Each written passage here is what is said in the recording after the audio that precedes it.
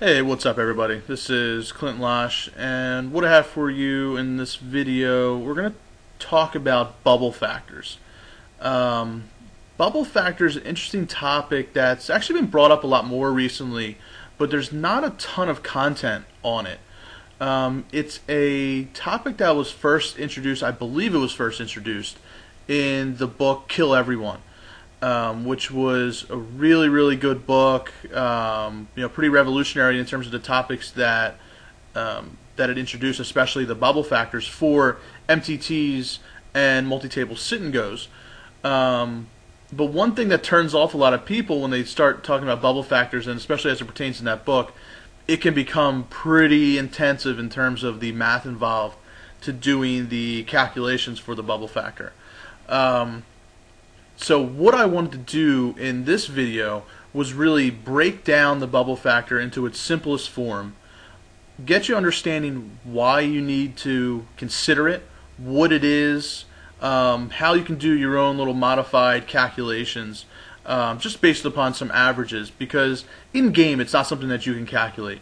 What you're going to need to start doing is understanding how the bubble factor changes based upon a few different variables. Your stack size, the pay distribution, your stack size versus the other stacks at the table, so your stack distribution. And as you see here, this little cliche, keep it simple, that's what we're going to do. We want to just keep it simple, talk about how it pertains to your game, and how you can really start using it to make some better decisions. Especially in terms of what ranges you need, specifically as it pertains to calling all in, what type of equity you might need in different situations of different types of games based upon the bubble factor. So you may not even, I'm talking about bubble factors, maybe you don't even know what bubble factors are. The term bubble is in there. It doesn't just pertain to the actual bubble of the game you're playing. It's essentially a term used to actually give a number to ICM. And specifically, it's a ratio.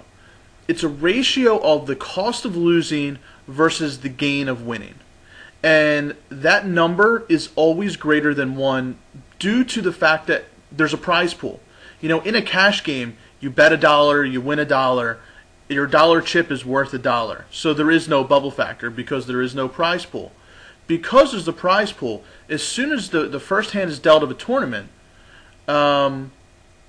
there's a value to your chips that is not an exact one-to-one value. That because you're not in the money yet, and as you approach the money, the value of your chips will gradually start increasing. So essentially, the value, the cost of losing chips is worth more than the gain of winning them, and that number, that ratio, will gradually start increasing. So it always starts more than 1. If you were to make the cost of losing versus the gain of ratio fraction. The cost of losing versus the gain of winning. Now, depending on the type of game, will depend on how big of a ratio that ends up being. But again, the closer you get to the money, the cost of losing does get higher. And we'll break it down in terms of depending on stack size, the different types of games, how that will affect your decision making.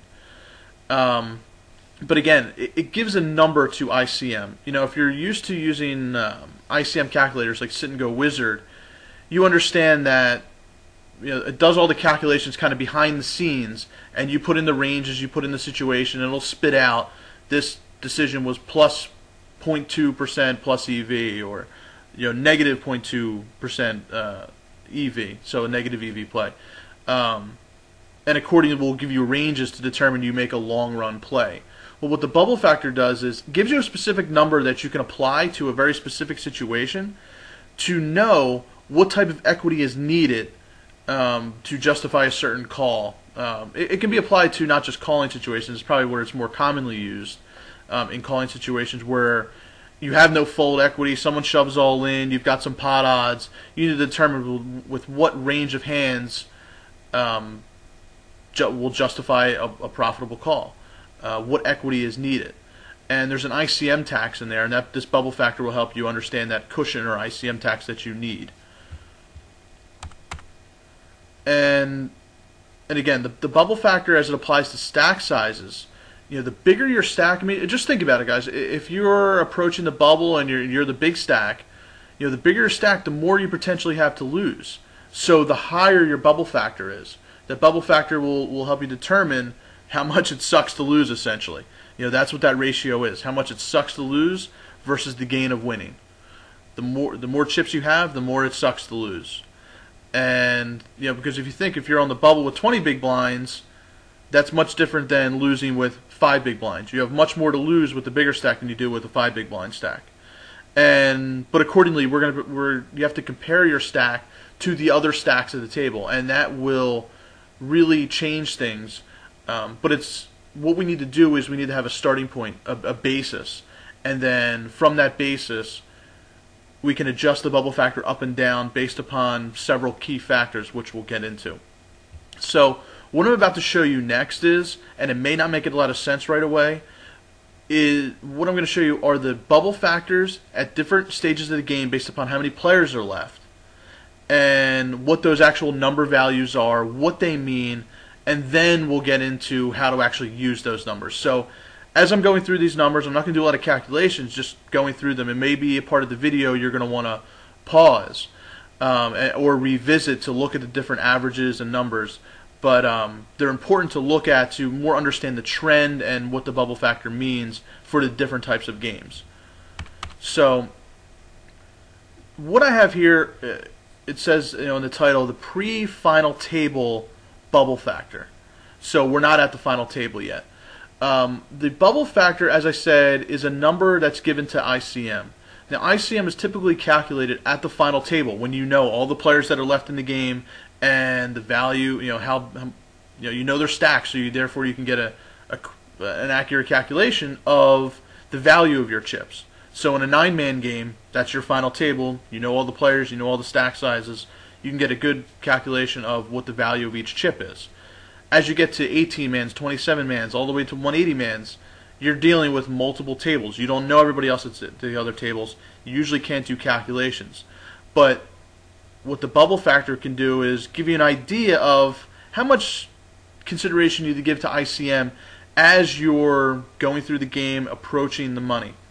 Now, before I get into these numbers, the date of this video right now is February 11th, 2013. As of this morning, I heard that PokerStars had actually changed their payout distribution. 90-mans are now paying 13 players, and 180-mans are now paying, instead of paying 18 players, they're paying 27. This chart, these numbers, this presentation I put together was based upon what the payouts were yesterday.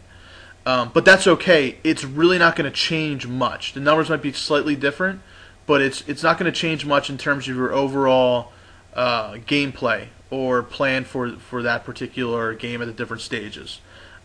It's really not going to change a whole lot because the top payout spots weren't really changed. For example, 180-mans are still very top heavy, so accordingly the bubble factor will reflect that. So as I go through here, I'm going to talk as if the 180-mans and the 90-mans were like they were yesterday, with 12 pay spots and 18 pay spots respectively. So I'm going to talk about that, but understand when I go through these numbers, don't think that, well, what is it now? It's not going to be a lot different. Same concepts will apply. So as you'll see here in the first column, we got hand number 1. So right when you start the first game, or I'm sorry, the first hand of your game, how much ICM do we need to consider, take into consideration? In a 9-man, your ratio is 1.2. So if you were to go all in the first hand, it would suck 1.2 times as much to lose that hand than it would be to win that hand. I'm going to get into a calculation after I go through these numbers about what that actually means, and we're going to give actual equity percentages. I think everybody's very more comfortable in talking about I need 40% equity or 50% equity to justify a call based upon pot odds.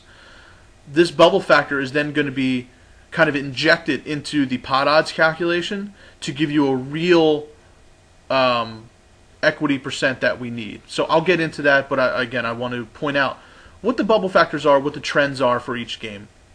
So as a 180 or in a 9-man, 1.2 to start, As you start adding in more players, so you get an 18-man, a 27-man, a 45-man, because you're essentially further away from the money, you need to consider ICM a whole lot less. Now in an 18-man, you have 2 tables, so 1.13. All the way down to the 180-mans, where it's 1.03. About as close as 1 as you can get. Because we have so long to go to get to the money, we don't really need to consider ICM or the value of your chips. You're essentially in chip EV mode. So you're going to be making decisions based upon what puts chips in your stack versus the actual value of your stack, the dollar value of your stack. Okay? Now, you'll see I have 2 blocks here in red. What those illustrate is the actual bubble factor on the bubble of those games. So as you can see here, as you're approaching the bubble, and let's take a PokerStars 90-man game. The first hand, your bubble factor is 1.06, doesn't mean a whole lot. As you get to 19, 18, 15, 14, and as you can see I skipped a couple of players, we don't need to see every progression. But as you start progressing to get to that actual bubble, which is on when there's 13 players left and there's 12 pay spots, 13 is your bubble. As you can see, as you get closer to that bubble, your bubble factor is increasing on average. And when I say on average, what I mean is these numbers are based upon everybody at the table having the exact same stack. Okay, I know that that's not what happens. There's always a big stack, a medium stack, a small stack.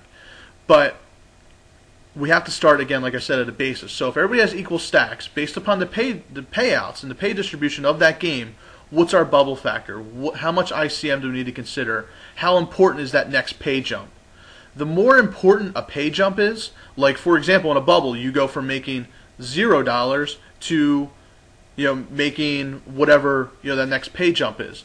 The steeper that pay jump, the more you have to essentially risk or lose to get to that next spot. The more important it is to get to that next spot.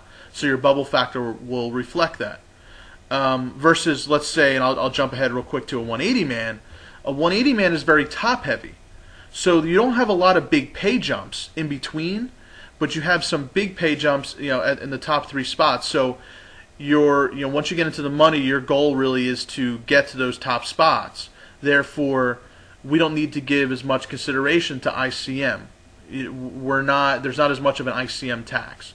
So on a 90-man game, on the 90-man bubble, it hurts us 1.85 times as much to lose that hand than it would be to win. So you need to take that into consideration if you're thinking about calling it all in, for example. It's not just, you can't just say, well, am I ahead of his range? You have to factor in this bubble factor. And again, I'll get into how that 1.85, what that actually means. And as you can see on the bubble of a 180-man, it's 1.53. So 2 bubbles, but the bubble of a 180-man is significantly less. So therefore, we won't need as much of an equity cushion. There isn't as much pain when we lose because we know our ultimate goal in a 180-man is to get to those top spots. So the bubble factor reflects that. Now, for a 180-man, you can see that your bubble factor will rise to about 1.53 on the actual bubble, but then look, it drops back down 1.19, 1.26, 1.29. Why is that? Well, if you play 180-mans, you know that you go from making 0 to the pay jump of the bubble breaks, and then your payout is flat. I believe it's 1.2. So no matter whether you finished in 18th or 11th, the pay is exactly the same. So there's not a lot of reward for getting to the next pay spot, and your bubble factor reflects that. It's not a big deal if you finish in 16th or 15th. But there is a pay jump from getting from the 10th spot to get into the final table of the having 9 players left. And because there's that next pay jump, it's almost like you have another bubble when you have 10 players left in a 180-man game, because you can see it starts increasing a little bit, but it drops down. Then you get to 1.52. It's almost exactly the same as the money bubble at the final table. So that's again where you need to give consideration that there's actually some value to that final table bubble and making that final table, and your ranges need to reflect that. Okay. Now, this is pre-final table, typically taken into more consideration for the 180 mans, the 90 mans, even the 45 mans. Let's get to what these bubble factors start doing when we get to the final table. And as you can see here, we have the actual bubbles of the 9 and 18, 27, and 45 man games. So what this will show here, if we just follow these red blocks, the bubble of a 9 man, 4-handed, 1.88. The bubble of an 18 man, again, if you think about the 18 man payouts, it's a flat payout. 40, 30, 20, 10 in terms of the payout. So there's not as much reward for the next pay jump. So accordingly, your bubble factor will reflect that. Okay, 27 man, very similar.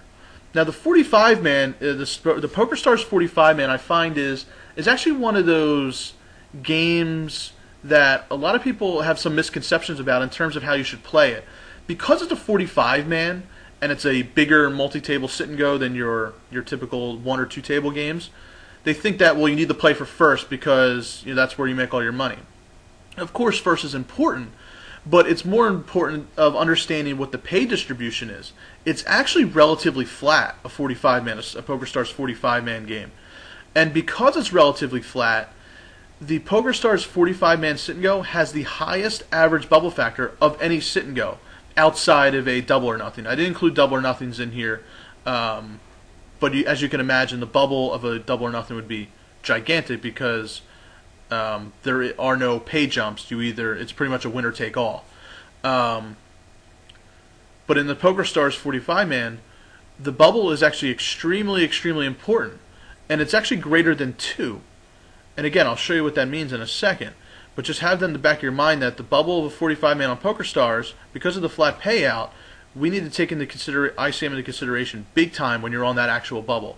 On a full tilt 45 man, a little bit more top heavy, one less pay spot, so accordingly the bubble is a little bit less. And the full tilt pays out 9 players on their 90 mans, and you can see their pay spots, the bubble factors there. So again, I'm not going to go through every single number. It's more important that you understand what the bubble factor means on a whole, how it changes, and it's a good idea to really just kind of memorize what the bubble factors are on the actual bubble of the games, and especially in the money. So it's important to understand that if you're on a 45 man bubble in PokerStars, your average bubble factor is over 2. It's important to understand in a 180 man, it's a lot less. It's 1.5, so not as much consideration. So that's why I wanted to show this chart. Pause it, copy it, do whatever you want. These numbers came from bubble factor calculators. There's a lot of them out there for free. You can just throw the different games, the payouts, and you can see how the bubble factors change. And that'll be really good. I definitely recommend getting a bubble factor calculator so that you can put in specific stacks and see how your bubble factor changes. So, with that being said, how can we use these actual numbers? How do these numbers get calculated? So, what I want to do is a quick calculation and then talk to you about what these numbers actually mean. Alright, so this looks like a mess right now, but there's a quick and easy way to calculate bubble factors. And what you need to do is, you'll see up here, and I'll just highlight it. And the reason I put this in presentation mode because I want to be clicking around, and it's not as easy to do in a presentation. So you want to take your pot odds, divide it by your bubble factor at that particular stage, and that's going to give you X. That's going to give you a number. And then what you're going to do is 1 divided by 1 plus the number that we got here, and that's going to give you your equity needed. Okay? So let's just jump forward to what that actually means here. So as an example, let's say it's the first hand of a 9-man game. And if you remember, what did we say about the first hand of a 9-man? The bubble factor is about 1.2. Okay, right here. So if we take the first hand of a 9-man, 1.2, and let's just say someone shoves all in. So you're getting 1-to-1 pot odds essentially. So what we need to do is figure out, you can't just figure out, you need to have a guaranteed equity to justify a call here based upon the ICM. So how much equity do we actually need to make a profitable call here if we were contemplating calling an all-in in the first hand of a 9-man sit and go? So we take this calculation. The odds are 1. We're getting 1 to 1. So 1 divided by the bubble factor of 1.2 gives us 0.833333. Then we take 1 divided by 1 plus 0.83333, and we get 54.5, so roughly about 55% equity. So I'm going to do a calculation what that means with ace-king, but essentially you need about a guaranteed 55% equity to justify an all-in call on the first hand. Somebody just opened chips all in, and you're trying to figure out with what range of hands. Well, based upon your opponent's range, you put that in, you figure out what gives you about 55% equity. Okay? Hold that thought. We're going to get to that, an example of that in a second. But here's where bubble factors and equity, we could start getting a relationship between the two. So as I said, if your bubble factor is 1, that's a cash game. 1 to 1, 50. A coin flip is a coin flip. Because we have prize pools and bubbles and pay jumps, our bubble factor is going to increase, and our equity needed is going to increase as well. So, for example, let's take a PokerStars 45-man, a bubble factor of 2.1. So let's say in a situation and you realize you have a 2.1 average bubble factor. That means to justify a call, if you look back and you call with a certain hand and you say, you know what, based upon his range, should this have been a call? If you put in, maybe you have a bubble factor calculator, you figure out your bubble factor is 2.1, you need about 68% equity to justify a call, a guaranteed 60% equity to justify a call. Whereas if you're on the bubble of a 180 man, which we said was roughly 1.5, you need only about 60% equity to justify a call. So that's the relationship between the bubble factor and equity, is that as your bubble factor increases, typically as you're getting closer to the money, you need to be a little bit more careful because you need to be significantly more ahead of your opponent's range as that bubble factor increases. And this will give that relationship of how far ahead of our opponent's range or with what kind of equity we need to justify. Now, as I said, to get these numbers, all these numbers, this was based upon the average bubble factor, meaning everybody has the same exact stacks. But what happens when people don't have the same exact stacks? Here's a chart that looks very familiar to what, if you read Kill Everyone, is very familiar to what's in that book. But it essentially gives the relationship between now your stacks. So here we talked about, we talked a lot in here about the actual pay jumps and how the pay will affect, the flat payout or a higher, a more top-heavy payout, how that will affect your bubble factor. A more top-heavy, your bubble factor will be lower as you approach the money. A flatter payout, you're going to have a higher bubble factor. So here, now let's start factoring in stack sizes. So as I said before, if you have a big stack, you have more to lose. So if you're in a big stack versus big stack confrontation, your bubble factor is extremely, extremely high because you have a lot to lose there. And you essentially want to avoid those confrontations, especially if you're on the calling end of things. Many times, for example, if you're ever doing ICM calculations, put in this, for example. Go onto a bubble, give everybody the same exact stacks, or give two stacks, give two players big stacks, and have one player shove into you and you hold ace-king. Many times, folding ace-king on the bubble of a 9-man is necessary. Whereas that's probably one of the biggest mistakes I see people do is, they call with ace-king on the bubble of a 9-man or even an 18-man when they shouldn't be, because of these types of confrontations, big stack versus big stack, and even medium stack versus medium stack. You don't want to essentially be on the receiving end and calling. Because of these factors, you can do more of the attacking. If we switch positions here, and you have a potential to shove into another big stack or exploit these bubble factors because you know they can't call based upon the equity that's needed that we figured out here. So, for example, if we're on a bubble of a 45 man where it's 2.1 on average, let's say we're two really big stacks, number one and number two at the table. Number one stack number one shoves into stack number two. His bubble factor is going to be way higher than 2.1.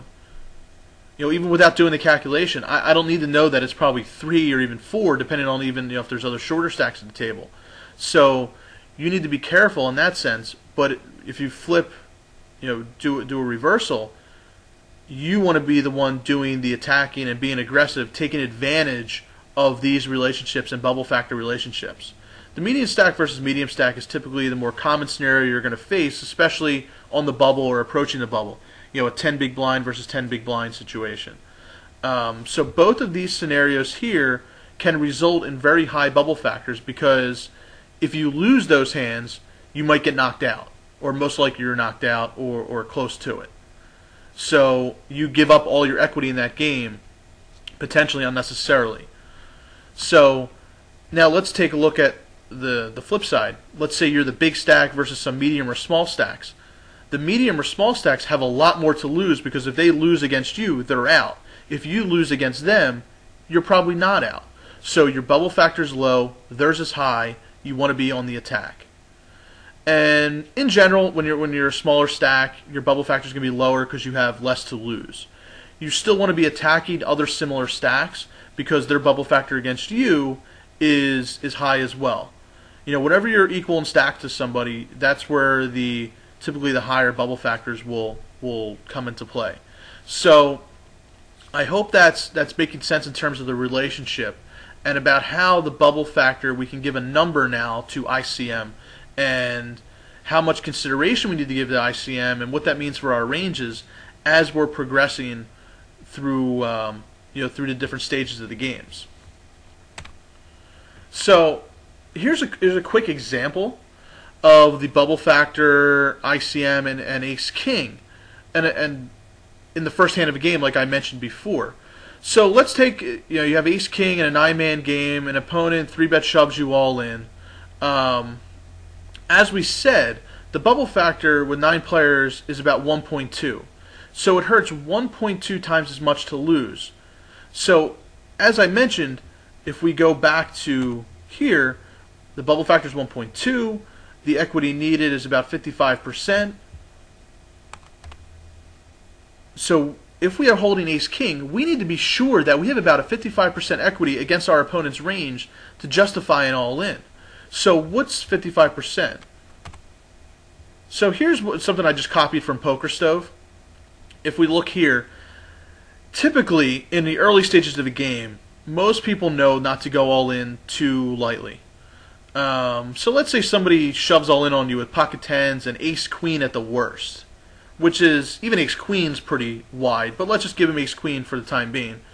You can see versus that range that ace-king is not doing very well.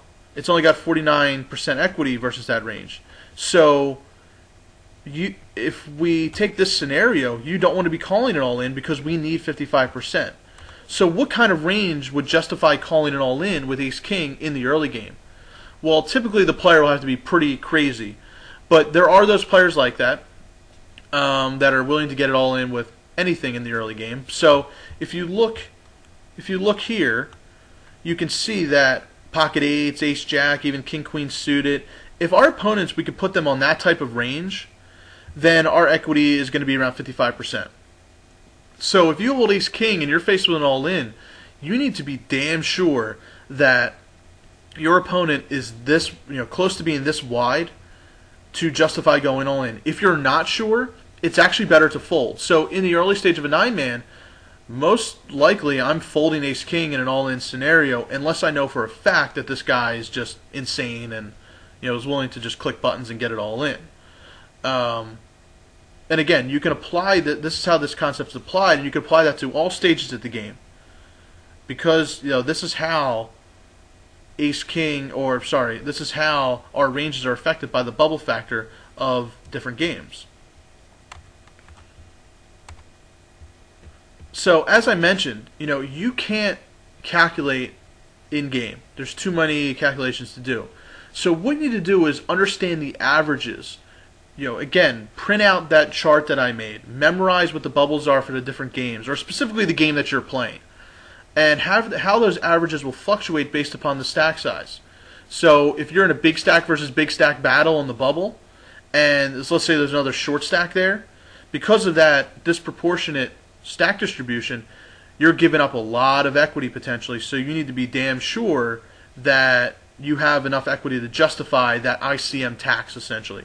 The bubble factor being that ICM tax. Then there's the question of, when can we ignore this? We talk sometimes about negative EV situations or when ICM doesn't matter. As I mentioned, like the beginning stages of those big multi-table games, the 180 mans, the 45 mans, the 90 mans, you're in chip EV scenarios. So you're far away from the pay spots. You're making decisions that will just put chips in your stack. The chips don't really have a whole lot of value at this point. So we're not looking for the dollar value. We're just looking for pure chip value. So that's where we can kind of ignore the ICM aspect. But also, more importantly, our future scenarios is where we can start ignoring the ICM and bubble factors. Two main future scenarios. One is, ICM and bubble factors as a whole take into consideration your situation as it's presented to you. Especially if you're playing with like sit and go wizard, it doesn't know that the blinds are about to hit you, or if you look in your info box that in less than 1 minute the blinds are about to go up. That's the time where you can ignore ICM, take the negative EV shove to preserve future equity. Okay, I'm not going to get into what range you should do that with or how much you should change, but that's a time where you can start ignoring or taking more negative EV spots to help preserve future equity based upon what's about to happen. Whether the blinds are about to hit you, the blinds are about to go up. So that's one situation to potentially ignore ICM. Another situation is having the big stack advantage. You know that when you're on the big stack, when you're the big stack on the bubble or even in the money, you have a huge advantage over the other opponents, and that advantage is because intuitively, whether they know it or not, they know ICM and bubble factors. They know that if they get knocked out, they're missing that potential to make the money or move up another pay spot. So, some of the more recreational random players may not understand that fully, but especially if you're up against regs, they know that. And they know what ranges they should be calling with, especially if they're facing a call from the big stack. So as the big stack, you can exploit the bubble. You can exploit the bubble factor to put yourself in great position to pick up a massive stack that will allow you to finish in first place more. So what that means is there's times where you can even take slightly negative EV spots if winning that hand means that it puts you into a new category of chips that will allow you to do things you otherwise couldn't have done to give you a better opportunity to come in first place. Okay? That this is more of a subjective play. There's no specific calculation for it. It's more of an understanding, and don't I see sometimes people use this as an excuse. Well, I called there because if I win, I have a really big stack and I can, I can abuse the bubble. There has to be a balance. You can't get too out of control with it. Usually I like this scenario where, let's say you're contemplating calling it all in, where you lose the hand, you're still in the game and have an okay stack, but if you win the hand, you have the clear chip lead. That's typically where I'll justify maybe making a marginal call that maybe isn't justified by the bubble factor or ICM, but can give me a huge future advantage in the game. Okay? That comes more with intuition, instinct, and understanding your ability and your advantage over the table. Okay? So, the conclusion of all this bubble factor conversation, you want to understand the differences between each game type and essentially understand the averages. So go back to those charts, understand what the averages are, and know how to adjust. If you're in a big stack versus big stack battle, your bubble factor is much higher. If you're in a more top-heavy structure, like a 180 man, your bubble factor is typically lower because it's more imperative for you to get in those top spots. So there's not as much of a dollar value consideration on your chips. And the stack distribution. If you have a very short stack there, one big blind stack, for example, it's going to be pretty easy to get to the next pay spot. So you don't want to put your stack at an unnecessary risk when you're going to be moving up pretty easily. Okay, you're giving up a lot of equity there. So you're never going to know this 100% in the game. It's just best to know averages and how it affects you. One other thing I like to point out that I didn't put in here are MTTs. If any MTT guys are watching this, I know I'm more of a sit and go guy, but you'll be surprised. MTTs actually have a relatively flat pay structure, and there's much more ICM, especially as you approach the final table, than most people think. So it's something to take a look at if you're an MTT guy and you don't think there's any ICM involved. The bubble factor is actually pretty similar, I believe, to the 180 mans. While it's still top heavy, it's a little bit more flatter than you think. So that's the conclusion, for giving a kind of a 30,000 foot view of the bubble factors. Hopefully, breaking it down into simpler form. I want to make a part 2 to this as well, where I go through specific examples of hand history examples where you're in specific scenarios, and if you were on the bubble of a 9-man. And you have, let's say, a pocket pair, for example, what your equity needs to be to justify a call, and a 9-man, an 18-man, a 45-man, and understanding how, faced with the exact same hand, the exact same situation, how your ranges should differ, and how sometimes you should call and how sometimes you should how sometimes you should fold, excuse me, based upon the bubble factor in that game. So that's next on the docket. I'll have specific hand history examples to explain this even further. But hopefully you got a good view of, if you were confused about the bubble factors, you think it's very math intensive. Doesn't have to be. The chart's there for you to get an average. Understand whether those averages go up or down based upon these factors. So good luck at the tables, guys. Hopefully I didn't confuse you even more with this bubble factor conversation, but it's very important for you to understand how that should change your decision-making ability depending on what game you're playing. So good luck, guys. Hope you enjoyed.